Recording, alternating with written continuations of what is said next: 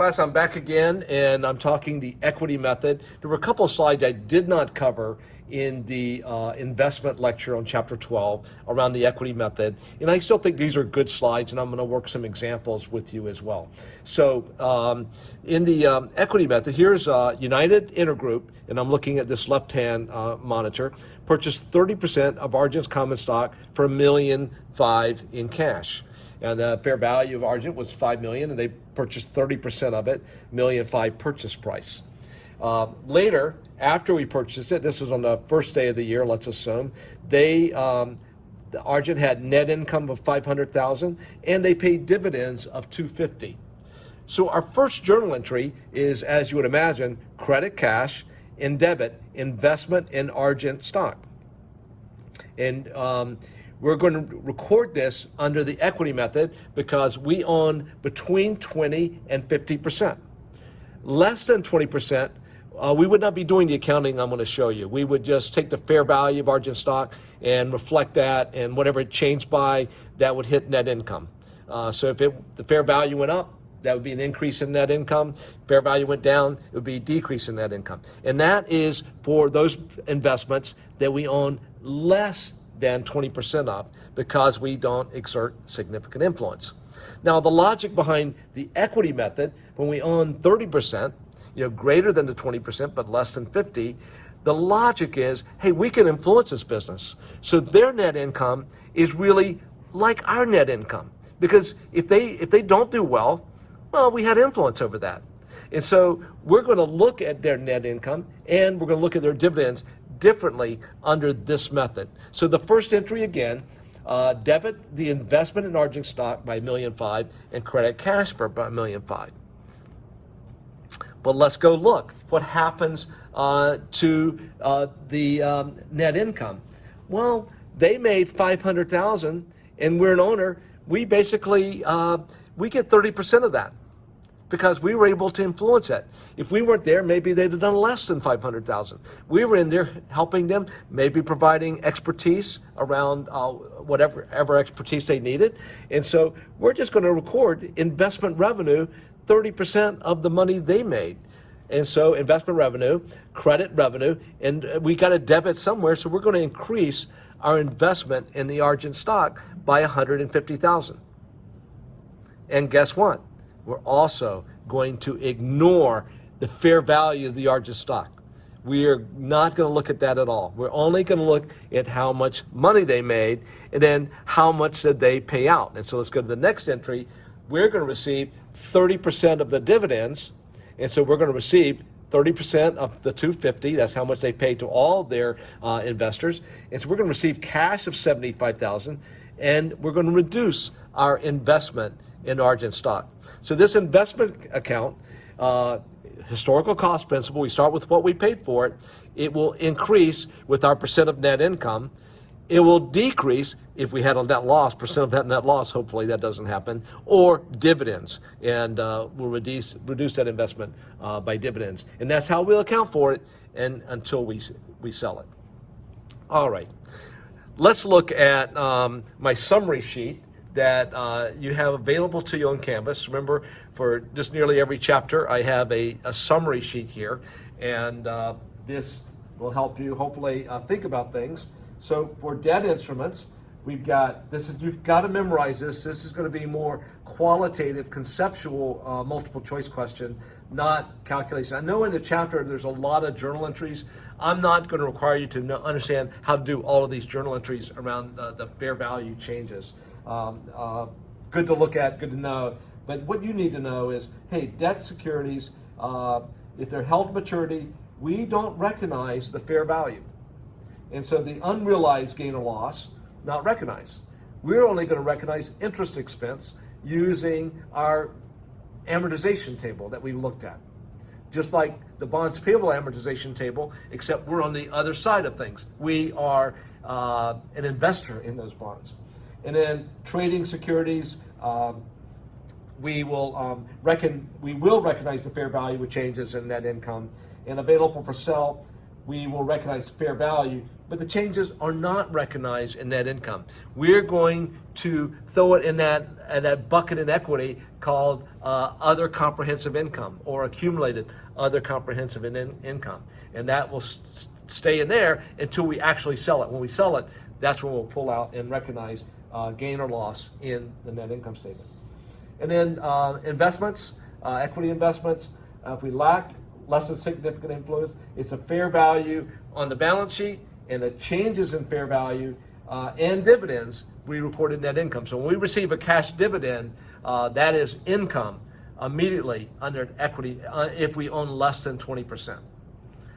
And so fair value changes and dividends get recorded in net income if it's I call it a cost method investment. It's what we used to call it, but when we lack significant influence.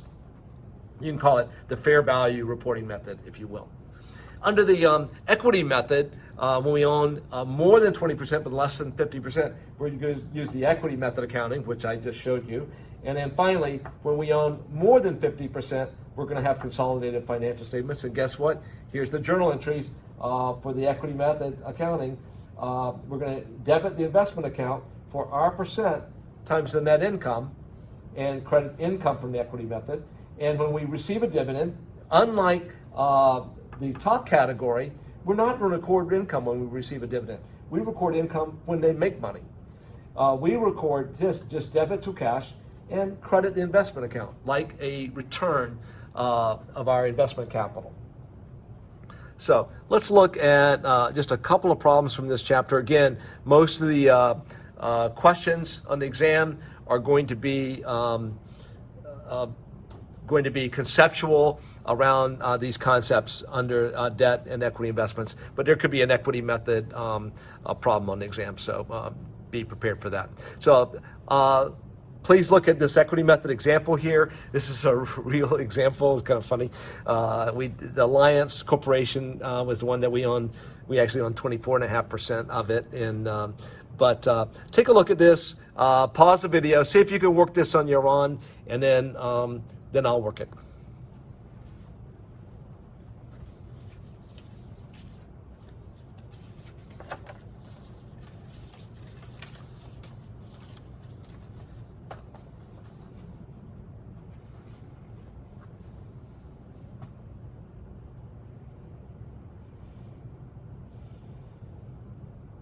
Okay, let's take a look at it. So the first investment, the first deal, Lennox, not they, I guess now I don't work there anymore.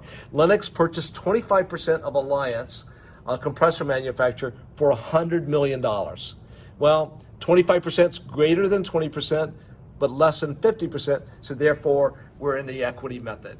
And I guarantee you, at 25% investment, you're going to have significant influence. So the first entry is just debit investment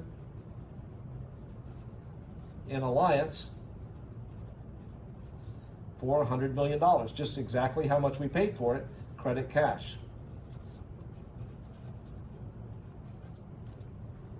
And then for 2017, for the full year, they had net income of $20 million. And so we are going to credit investment income, and we're going to debit our investment in Alliance.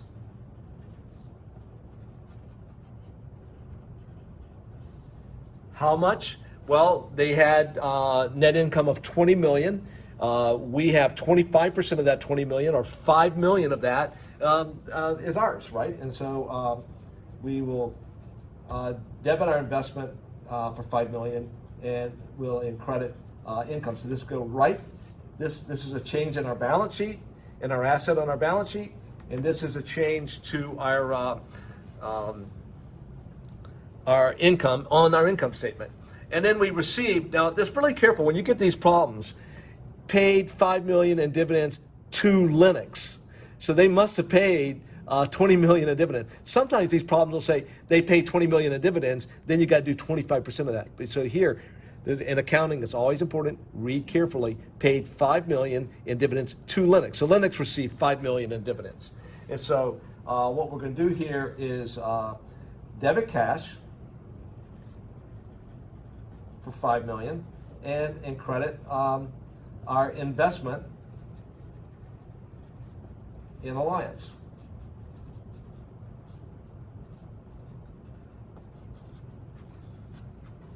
If we think about our investment in Alliance account,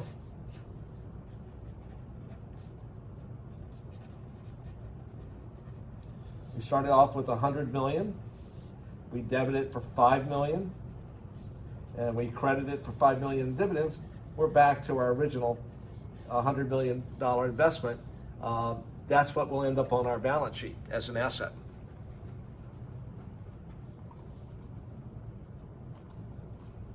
Not going to work these.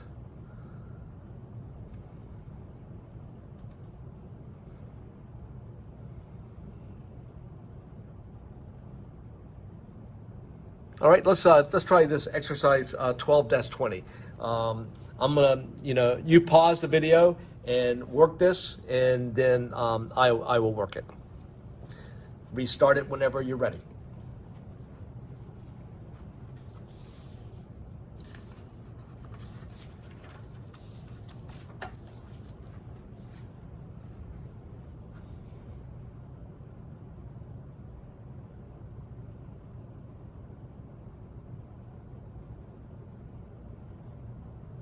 All right, let's get started here. So we purchased 30%, so that's between the 20 and 50. So we're definitely in the equity method of accounting.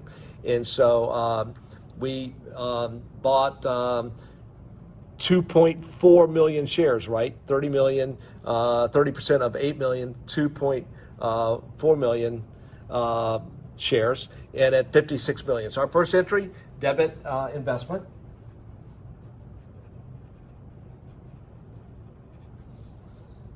In nursery supplies, and for exactly how much we paid for it, it was 56 million. Credit cash for 56 million. Now, they earned 40 million for the year. What is our rights to 40 million? We get 30% of that. So 40 million times 30%, 12 million. So again, debit our investment in nursery supplies for 12 million, and we credit investment income. So this goes right to our income statement. And rightfully so, because we had significant influence. So we helped them succeed. We were a big part of them making 40 million, and we have rights to 30% of that, 12 million. So we're going to put 12 million on our income statement, and our investment account is now, increased in value, if you will, from a book value standpoint, to 56 plus 12. Now, distributed cash dividends of $1.25. How many shares do we have? 30% of 8 million. So we have 2.4 million shares times $1.25 per share. Let's see, I'm gonna get my calculator out for that. I didn't have my cheat sheet down here. Hopefully we'll get these right. I'm sure you'll let me know if I don't. Okay, so we're gonna get $3 million, and that's just 2.4 million shares. That's our shares we own, which is 30% of the 8 million, equals 3 million. So we're going to receive dividends of $3 million. And so here, debit cash for 3 million. And now we reduce our investment. So our investment increases with net income and decreases with dividends paid. Now, let's look at what's on our balance sheet. Our investment account starts out with 56 million and then increases by 12 million for our percent of the income, reduces by 3 million, and so 68 on our balance sheet is 65 million. guess what? The fair value of the shares is 52. And so we are not going to recognize that. Now, if that was a permanent reduction, I want to get into that. You might have to take a charge, but I don't want you to think about that right there. The main point here, we ignore the fair value, and we have on our balance sheet just whatever our percent of net income less dividends paid. And so there you go. That's the equity method accounting. Get into Chapter 12. Make sure you look at the topics that are excluded from Chapter 12 on Canvas. I have topics excluded right there at the first overview of the course. So thank you guys, and we'll talk to you again soon.